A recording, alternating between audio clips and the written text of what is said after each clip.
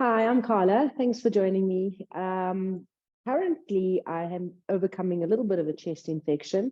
It began as sinusitis, then slowly went a little bit into the throat. Feels like it's a little bit in my chest. I've been coughing a lot, wheezing, and those are kind of symptoms of bronchitis. So I decided to do the bronchitis program, one of the Iyengar bronchitis sequences. You'll need quite a bit of equipment.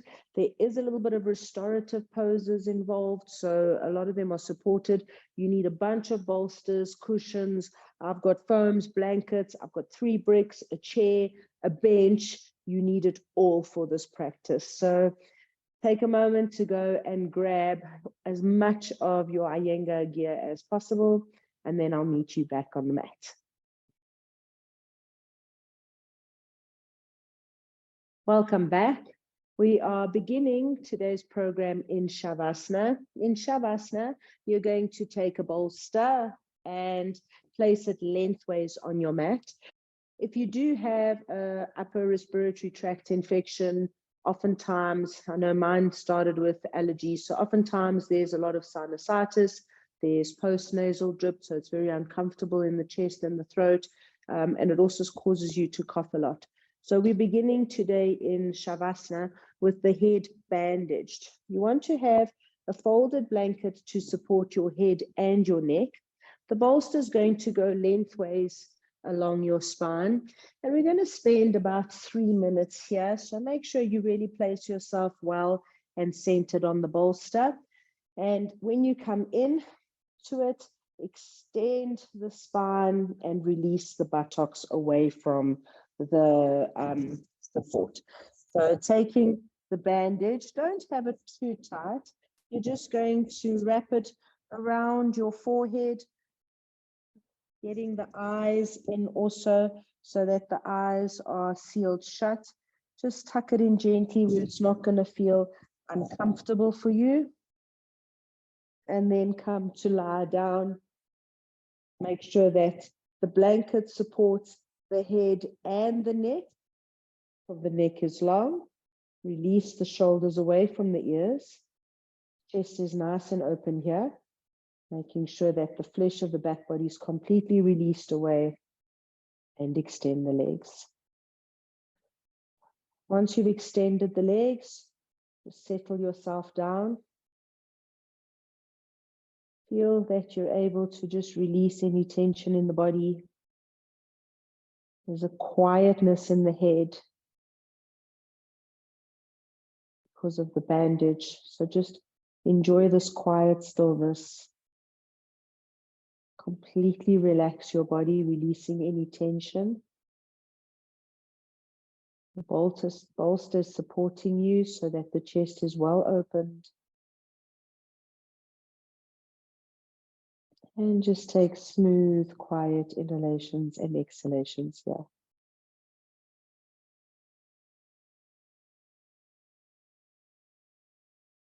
As much as possible, you're trying to breathe through the nose.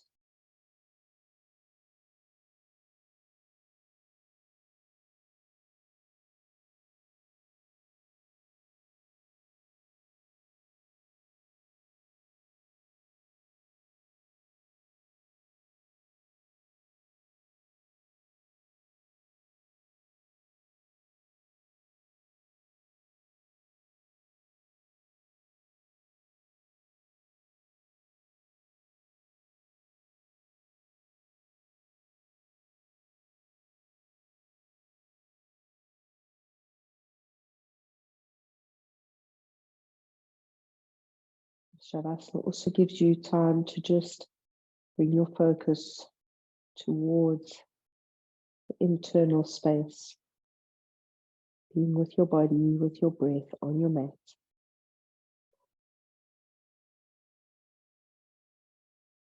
To come out of it, bend your knees, roll off your support. When you undo your bandage, you're not going to undo it by flipping it off your head like a hat, like a beanie. You're going to unravel it. So come to a seated position, just unravel the bandage so that you're not flipsing it up we're coming to Supta Virasana now. If you have any knee issues, if you have any ankle issues, you will need to take more support than what I'm showing here. Supta Virasana is seated on the floor in between your 2 feet, knees are together. You're going to again do a little bit of a pelvic tilt, make sure that the flesh of the back body is completely released. And you're bringing the blanket to support the neck and the head. Back of the neck is long. In this pose, you're absolutely going to feel an extension in the front thighs. You might feel a tremendous amount of pain in your ankles if you don't have a lot of flexibility. The knees also struggle for some people in this pose. So if you do have any knee issues, any pain in the knees in this pose, please do come up and have a look at one of the tutorials so that you can know what support to take. But basically, the more support you need, take it. If you need to sit on height, if you need more height under the chest, you need to raise up the bolster, do that.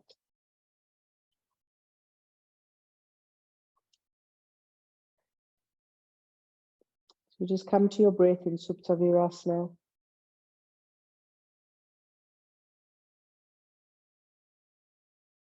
Feeling that openness in the chest. You can close your eyes. Quiet in the throat. Try to feel that stillness in the mind that you had when you had the bandage. You want to hold Virasana for at least kind of 3 minutes. If you can only manage 1 minute, then that's fine. Listen to your body. If you need to come up out of it, do. Otherwise, if you are able to hold it for just a little bit longer, be in this Supta Virasana for a few more cycles of breath.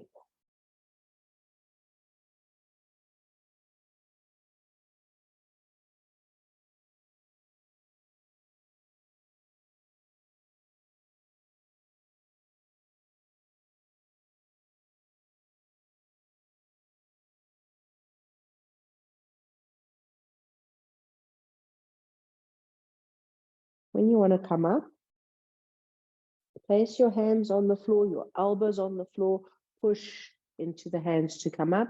If this was a tremendous strain on your knees and your ankles, you can release the legs one at a time back like this, just to allow the blood to continue to just flow easily. We're coming to using the bolster still for Setubandha Sarvangasana. In Setubandha Sarvangasana, depending on the flexibility in your upper back and spine, is how much support you're going to take. I often will use shoulder balance foams. I find those a really great way of propping up my support. So you're going to take, if you don't have shoulder balance foams, you'll just prop up with cushions. I have a nice flat bolster. I have my shoulder balance foams, so I can create a decent platform to lay myself on.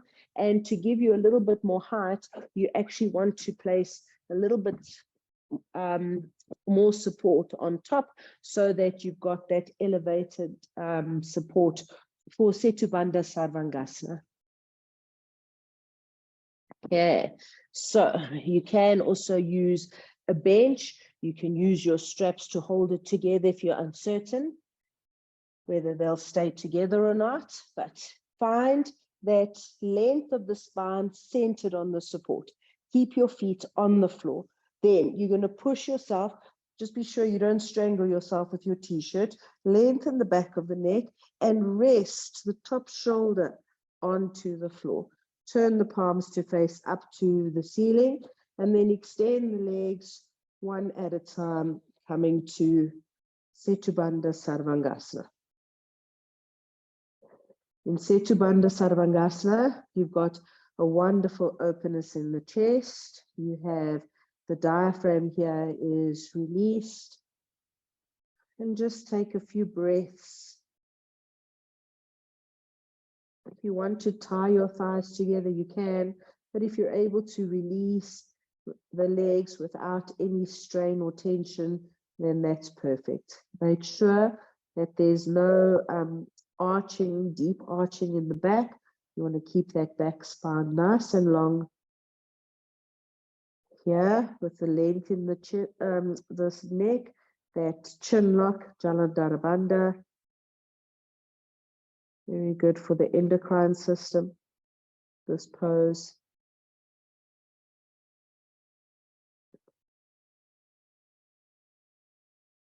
And you're just coming to quietly release. Be with your body, be with your breath.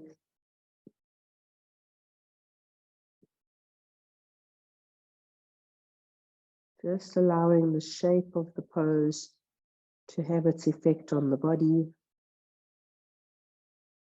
The supports are holding you in this pose without you having to strain or do any effort, any work.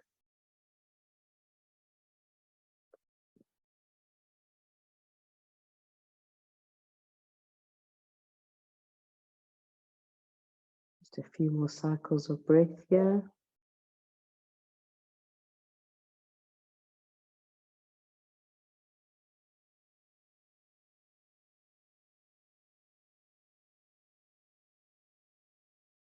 And then bending your knees up onto your support, roll off onto your side like you come out of Shavasana. So roll onto your side and then come up. We're coming now to Adho Mukha Svanasana.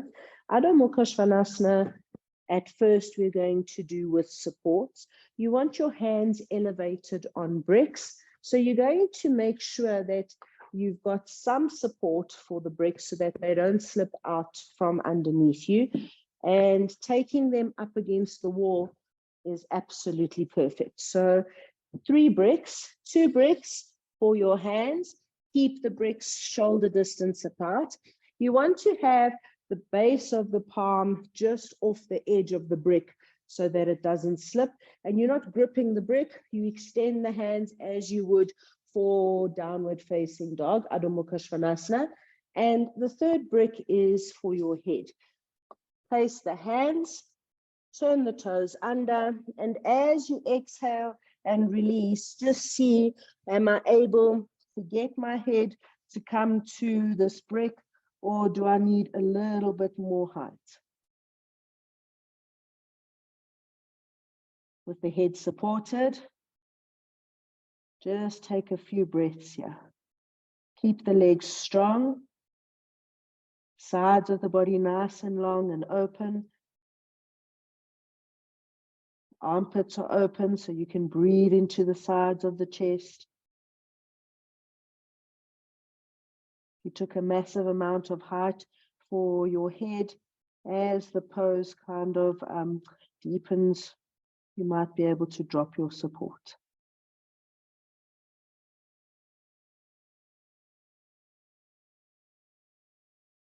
You've been here for a few breaths, come down. We're going to repeat Adho Mukha Svanasana, downward facing dog. This time, taking either a stack of foams or blankets or even a bolster for the head to rest on, and you're keeping your hands on the floor, not on bricks. So spacing yourself, come to Adho Mukha Svanasana. The legs and the arms are strong, the spine is extended. If after some time you feel that this pose has kind of evolved a little bit and you're able to remove support for the head, then do.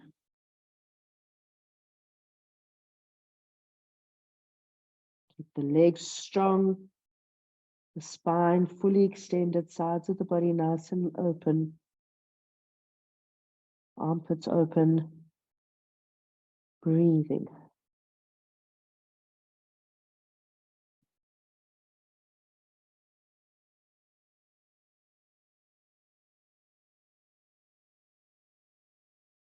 This pose is also good preparation for Sirsasana, head balance.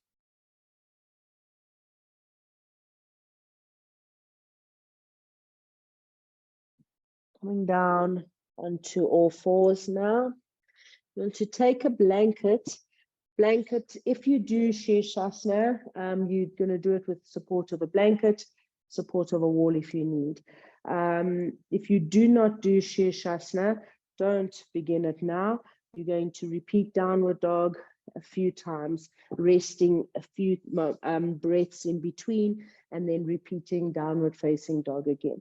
If you are doing Sirsasana, you place your hands, face the head, walk the feet in, and come to Salamba Sarvangasana.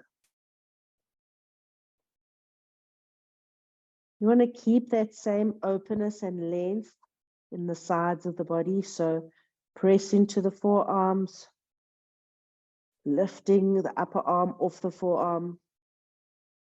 As you open the armpits and have that action in the arms, the shoulder blades also move towards the buttocks. Buttocks have to move towards the heels.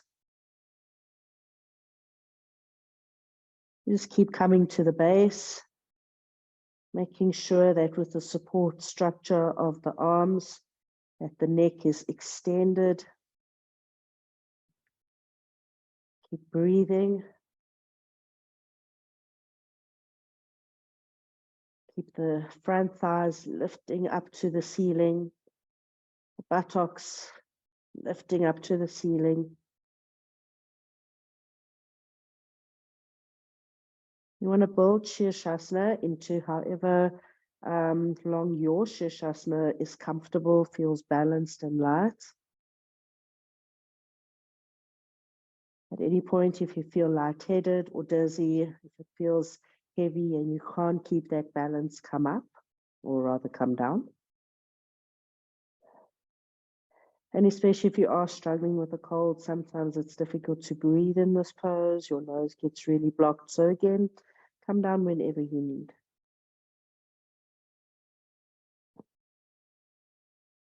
When you've been in Sirsasana for a few minutes and you come down, just stay down. So you want to come down slowly out of it, and you want to take time just to release.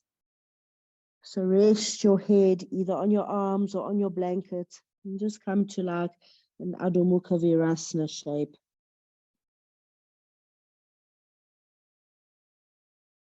Quieten the head until you feel ready to come up. So Viparita Karani is a very similar sensation in the head. Viparita Karani, you've got your head on the floor like in Sirsasana, the head balance. Now, with Viparita Karani, we're going to use a bench and a chair. So the chair, you want to have a chair that's got an open back. We use these fold-out chairs and we move the support, the back support, so that we've got freedom to move through the chair. The bench, kind of the same height as the chair. You could use a second chair if you need, if you had. And then you want some support from bolsters or cushions. And this is where your head is going to land. I know I need just a little bit more height, so take blankets, take foams, take whatever you need to get the correct height. Viparita Karani, I'm going to take the buttocks onto the chair. I'm seated through the chair, curl my back over, the hands are moving back, get the head rested like Sirsasana, the head balance, and then bring the legs onto the stool. This isn't a very comfortable position for a lot of people. You're not holding it for too long. Just keep the neck free. Feel that openness in the chest. Here it's a different sensation when you don't have Setubandha, that Jalandhara Bandha.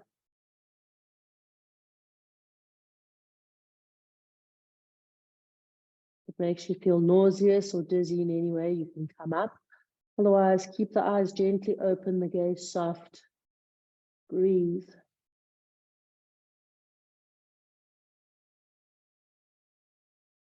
If you feel comfortable, you stay. If you want to intensify it, bring your legs off the stool onto the floor and see, can you straighten up the legs? A little more of a deeper back bend.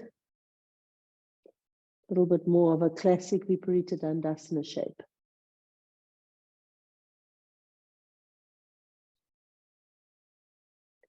Just support yourself on the chair, keep the chest nice and open, gaze soft, legs strong. When you're ready to come up, holding towards the backrest of the chair, bend your knees, and then on an exhalation, pull yourself up, sit back in the chair so that you've got space between you and the backrest, and just hang out there for a few breaths.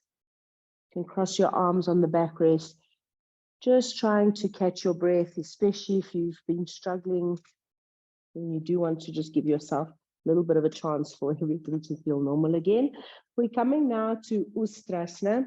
In Ustrasana, using the bench, using chairs, whatever it's possible for you, whatever you've got handy, you're going to create a nice platform with the bench and the chair. Place some bolsters onto the support. You might need more than just one bolster. And then you're sliding yourself back into this bench. The bench is going to support my buttocks so my buttocks don't go back. I'm going to lie back on the bolsters and just rest here. If this feels too deep a back bend, you're welcome to take a little bit of extra support so that you've got a blanket supporting the neck and the head. With this openness in the chest, the head and neck supported. Keep again the eyes just gently gazing up. Feel that full openness in the front body.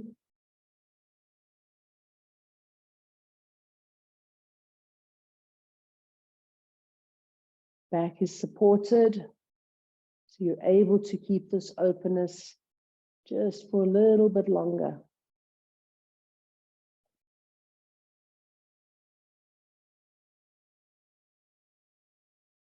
Feel the lift of the breastbone that the support provides.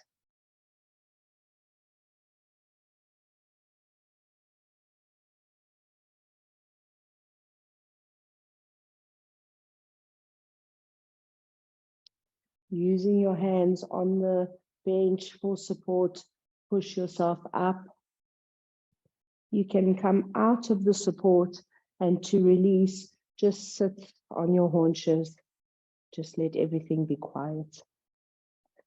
Shoulder balance is very nice done in the chair. If you are not accustomed to doing inversions, again, don't do inversions for the first time, unless you really know what you're doing, or unless you've got somebody to help you. In shoulder balance using the chair, you want to have a little bit of support for the shoulders. I use this soft, quite a flat bolster. Have a blanket for your head also. So shoulder balance can be done free. If you're not doing any inversions at all, then you can come to lying down back into Setubandha Sarvangasana, the one that we did on that strip of foams. Shoulder balance. You want to have these 2 points on the edge of the seat of the chair. So you're sitting sideways in the chair. Don't thread your legs through. You're hooking your knees over. Have a little strip of chair so that those points can sit on. I've got the support for my shoulders, the blanket for my head. Be mindful of this bench when you come down. We've got the bench in position there for Halasana. With the buttock bones, not the buttock bones, the hip bones hooked, with your arms through the chair, holding the backrest. Extend the legs along the backrest, and you're coming to Salamba Sarvangasana. Salamba Sarvangasana, you want to keep your head centered. The back of the neck is long, the throat is soft. This pose has a lot of obvious benefits for the cardiovascular and the lymphatic system. It also is an absolute treasure for the endocrine system. And asthmatics and any respiratory conditions, you really want to do shoulder balance. You want to hold it for at least 5 minutes. So, as I said, it can be done free. But when doing it in a chair like this, it does just give you that opportunity to be able to hold it much longer because you are supported. Make sure that the back of the neck feels long. You're not holding any tension in the neck, the throat, the jaws, the teeth. You'll hear that the sides of the chest, the side walls of the chest is open. Breathe into that space.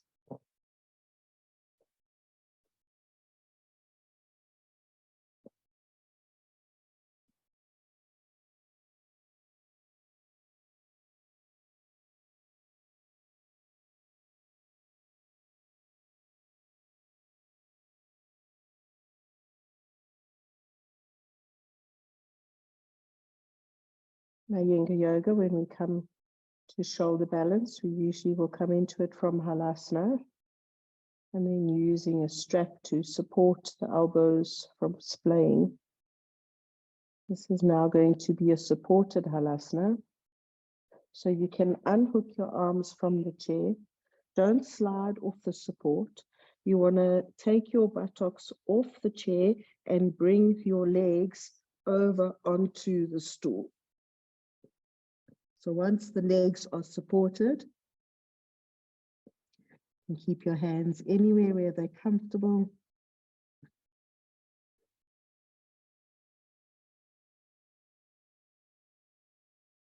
Just take a few quiet breaths here.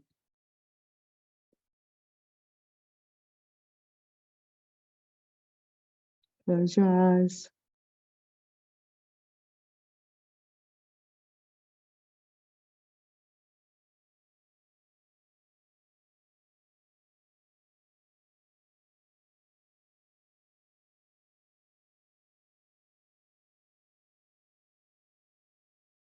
Hold the bench.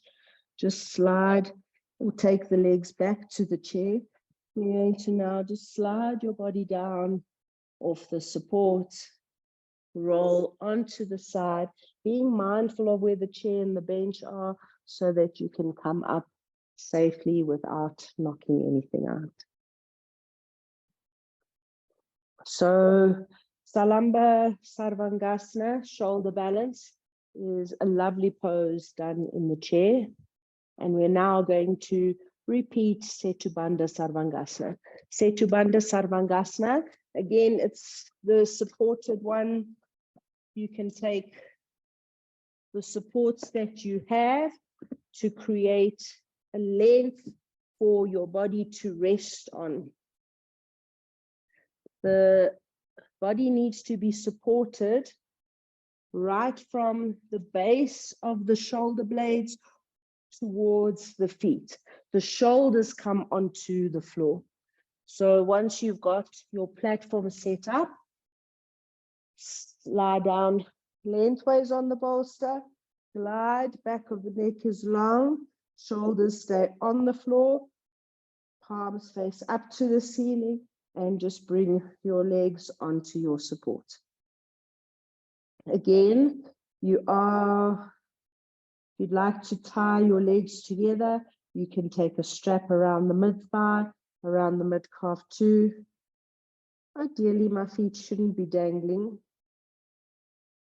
But as long as you're getting that openness in the chest, that freedom in the diaphragm, and this is what we're going for when you are very congested and have any respiratory infections.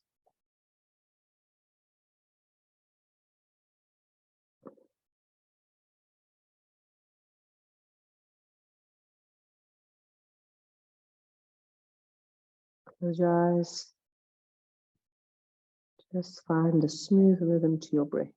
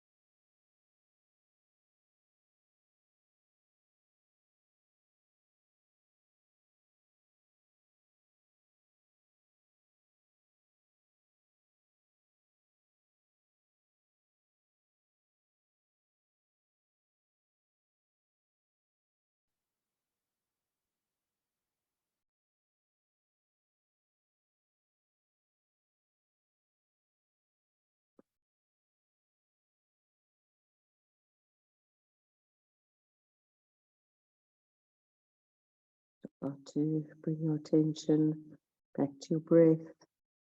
Bend your knees. Again, roll off the support so that you have your shoulder and your hip on one level, and then pushing yourself up. We're coming now to Viparita Karani. So Viparita Karani, you also want that same support, to hit you in the same spot from the base of the shoulder blades down. So depending on the length of your body, you may need more than just a bolster away from the wall. Especially if you've got a very long spine, have a brick against the wall so that it stops the bolster from getting too close to the wall. My bolster is quite flat, so I'm going to use extra foams to prop it up. And there's a few ways of coming into the support. Basically, you can roll onto it sideways. So coming next to it, taking your buttocks to the wall, taking your shoulder onto the floor where you want the shoulder to go, and then using the legs to come into Viparita Karani. You want to get the buttocks onto the wall. So if you're not flexible, sure, that's going to be an issue, but you know, as much as possible, get the buttocks close to the wall. You can also, if you're in a studio with ropes, use the ropes to help you up, or you kind of measure where your buttocks are going to go. And if you're comfortable doing Sirsasana head balance, then it's just more of a tucking in, rolling to get the buttocks close to the wall. Arms are away from the body, side chest is nice and free, buttocks to the wall, and you letting the thighs settle into that pelvic girdle, letting the buttocks descend towards the bricks, if you're using bricks. Feel that the bolster catches you right at the base of your shoulder blades, and the chest kind of has to waterfall over for the shoulders to get onto the floor. Top shoulders on the floor. Diaphragm is free. Abdomen is quiet. Back of the neck released. Throat soft. And close your eyes. And again, just come to the breath.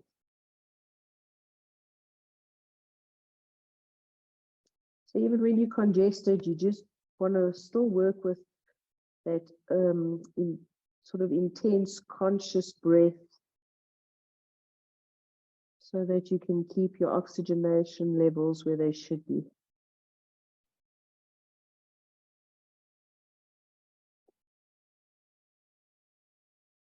So here, let the body just rest in this Viparita Karani shape and find smooth inhalations and exhalations.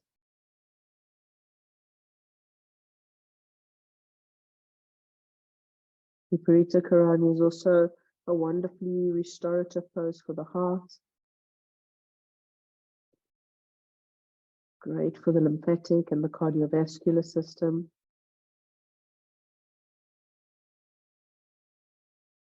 Just a real wonderful pose. Lots of benefits to doing this posture.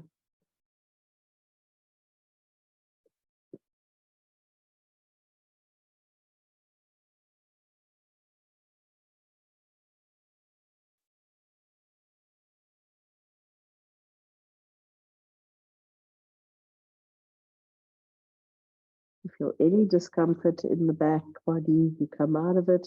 Otherwise, if you're able to just hold it for a few more breaths, stay.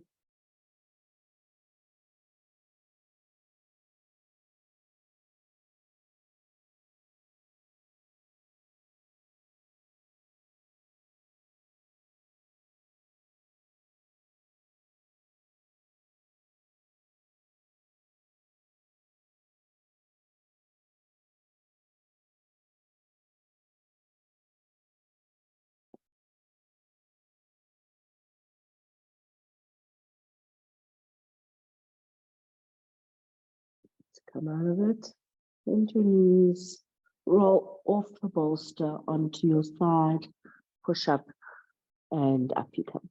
We are coming back to Shavasana now. We're finishing off in Shavasana.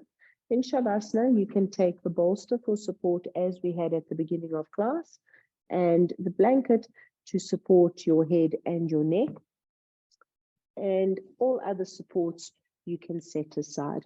If that bandage felt comforting and comfortable, then absolutely take the bandage. Once again, you're going to wrap it around, not too tightly, but wrap it around so that it touches the forehead and it quietens the eyes. Again, you're not tightening the bandage. It's just a quiet compression, a slight snugness, keeping the bolster close to the back body. Lengthen yourself centered along the bolster, flesh of the buttocks away, shoulders released, the neck and the head supported, back of the neck is long. And then extend the legs. Arms are at your sides, palms facing up. Feel that the back of the neck is long and you're on the center of the occipital lobe, so that there's a slanting down from the forehead to the chin. So there's almost like a little chin tuck. Once you've got that length in the back of the neck, relax the throat, relax the shoulders.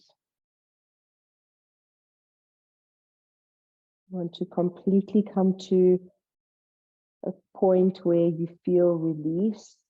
There's no tension anywhere. You're not holding anything tight, no muscular strain anywhere.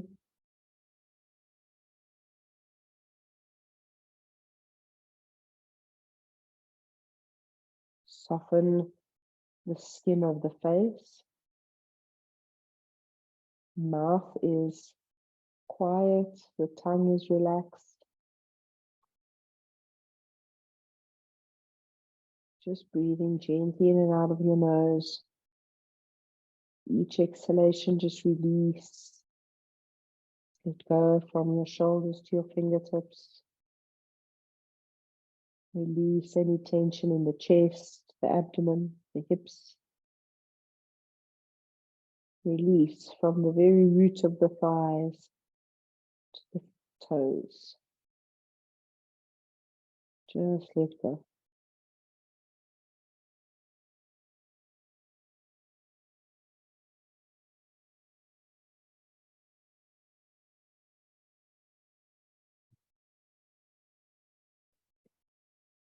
Do you want to work on your pranayama breathing in Shavasana? So we'll go into Ujjayi Pranayama 1. Just follow your breath.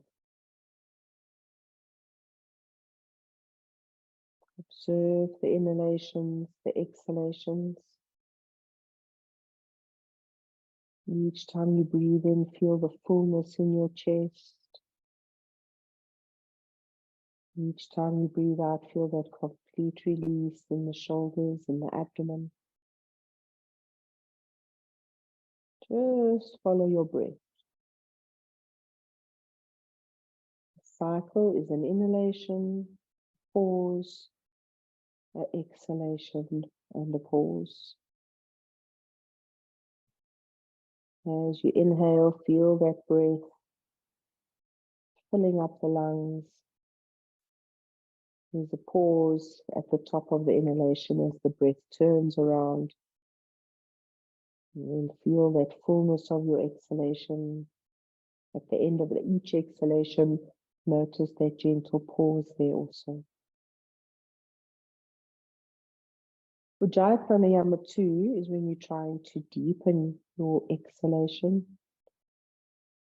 So it's a normal breath in as you've been doing, a pause, and then a long, slow, steady, controlled, full exhalation. If you need in between, take a normal breath in, a normal breath out, and then you'll do the next cycle. Normal breath in, pause as the breath turns around, long, steady, controlled, full, deep exhalation. Recovery breath. Next cycle, normal inhalation, pause, long, controlled, deep, complete exhalation. Pause.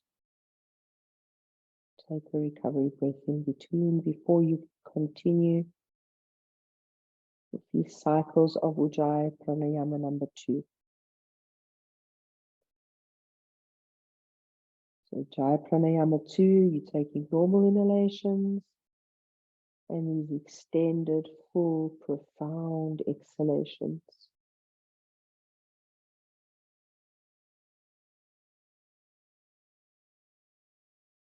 Imagine with these deep exhalations that all these toxins, all these germs are just leaving your body.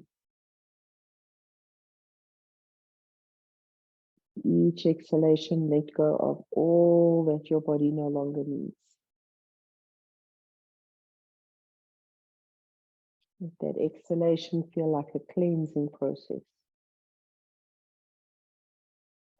Ujjayi Pranayama 3 is now coming back to normal inhalations and normal exhalations. Find that Ujjayi 1. And then we're going to start to deepen and control the inhalations. So you begin the cycle with empty lungs and begin a long, steady, controlled, full, deep inhalation. Pause, normal exhalation. Pause, normal breath in, normal breath out. Take as many recovery breaths as you need. When you're ready for the second cycle, you begin emptying the lungs and then go. Control that inhalation, smooth, slow, full, deep inhalation. Pause when the lungs are full, normal exhalation, pause, and then come to normal breathing. Deep. For the third cycle, begin that inhalation, long, steady, controlled, full, deep inhalation. Pause, normal breath out. Pause, come back to normal breathing. After your recovery breath, continue. Taking these cycles of Ujjayi Pranayama 3, feeling that fullness on the inhalation, that gentle, normal exhalation, taking recovery breaths in between. Just keep going with these cycles. You want to do between 15 and 20 of these cycles of breath of Ujjayi Pranayama 3.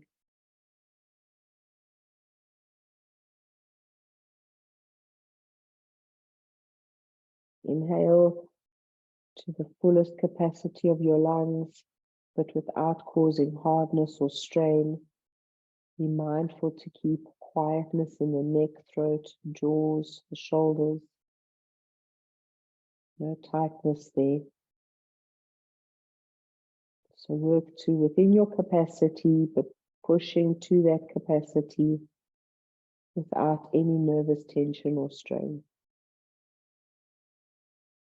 Each time you complete a cycle, take some recovery breaths before the next cycle.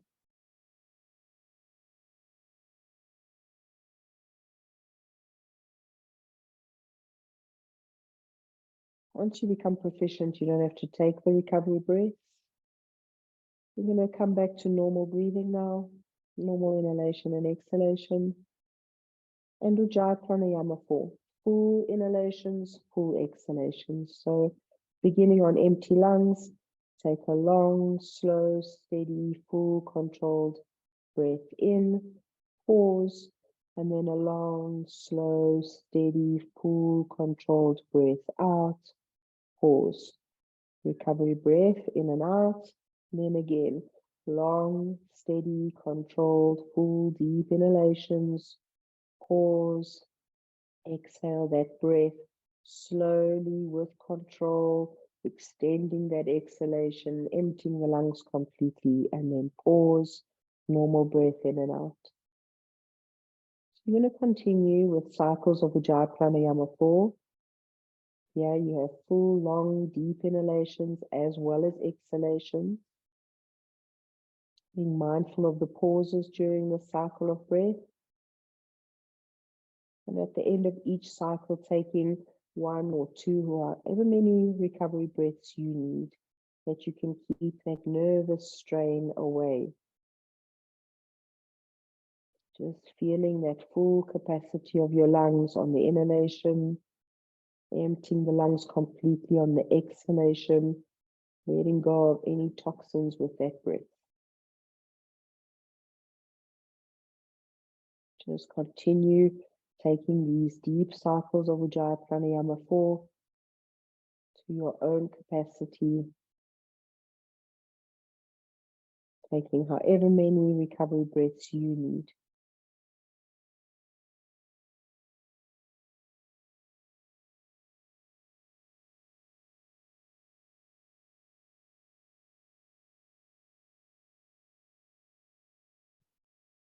Again, you want to do between 15 to 20 cycles of Ujjayi Pranayama 4. But if you're a beginner, you don't want to strain. So do only what you are capable of. There's no hardness or nervousness or stress.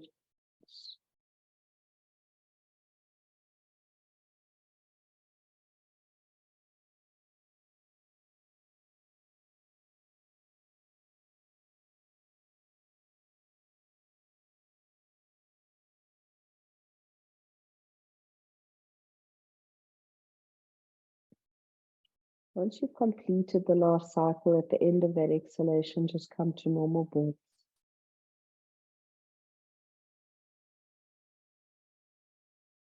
Each exhalation, just scan your body for any tension, soften, release. Bringing yourself to that quiet Shavasana state.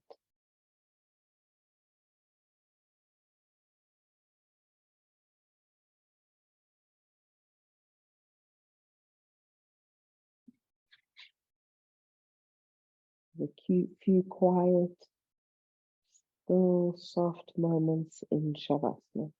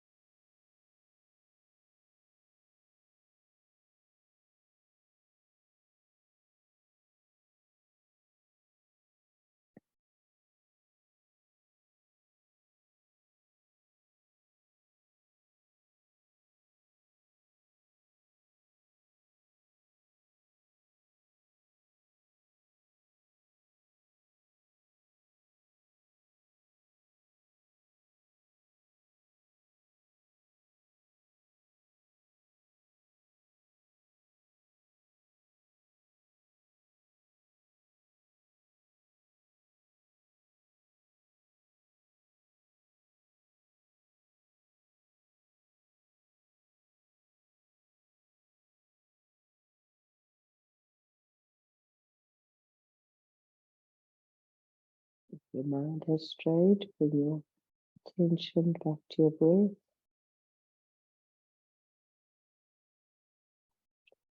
On an inhalation, you can stretch your arms over your head, give your body a long, deep stretch. Yawn or sigh the breath out. Keep the bandage on, bend your knees, roll onto your side, cradling your head in your arm. Pressing into your hand to come up, to remove the bandage. Again, you want to unwind it, don't flip it off like a beanie. Take a moment in the seated position, just to let the eyes flutter, open and focus. Namaste. If you have been struggling, I hope that this is beneficial for you.